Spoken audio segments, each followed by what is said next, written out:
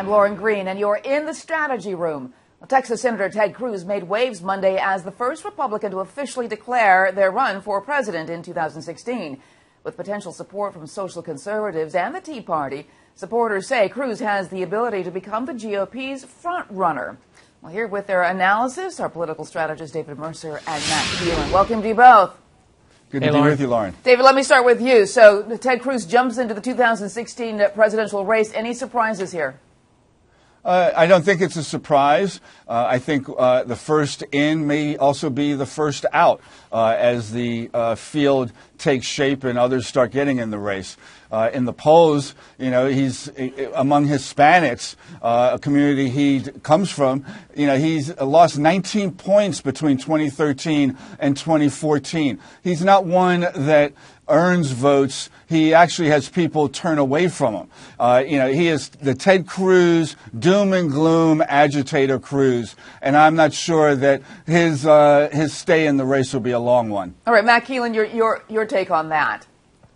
I would disagree with David. I think Cruz is going to be a player, certainly in the Republican primary process.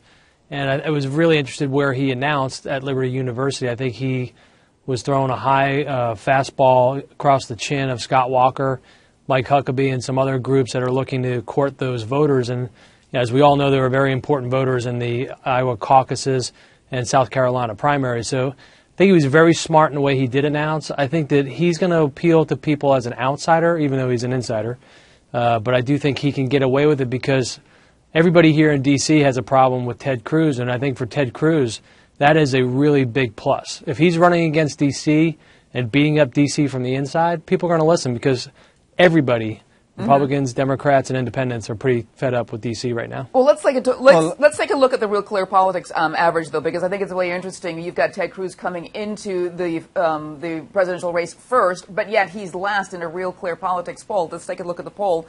Among the 2016 Republican presidential nominees, or potential nominees, Jeb Bush is at the top, and Scott Walker is sort of at the top with him. But look at Ted Cruz, way at the bottom of the bunch, 4.6%. And you talk about timing, you talk about who he's trying to beat. David, the issue here is, can he beat the people who are most the closest his competitors, like the Mike Huckabees and others? Well, I think he will beat up on them.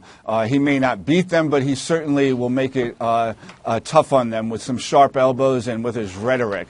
And if I might, Lauren, speak to what Matt had said, to get a little more specific, in that Ted Cruz isn't running against Washington. He's running against the American people. I mean, just imagine with Ted Cruz at the helm and millions of people losing their access to affordable care, or the $24 billion that the U.S. economy lost when he threatened a shutdown and put us into a shutdown of the government, or tax increases on the middle class, stalling their progression into stability. Those are the things that the American people know Ted Cruz is not for. And that's what we need, is somebody that is going to see to expanded opportunities for the middle class and stabilizing our economy and getting it growing again. Yeah, Matt, there is an element that Ted Cruz is just so far to the right, that he's so far to the right from most Republicans. And so which voters will he try to get the support of?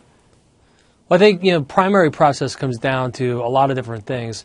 Polls at this point really don't mean anything. Can you build an organization? And certainly Cruz has shown that he has the ability to do that. Can you raise the money? I think he can raise the money.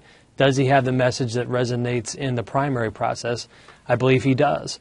So I think that if anybody that discounts Ted Cruz does so at their own peril. And what I would watch is for him to start, as David was saying, throwing some of those elbows.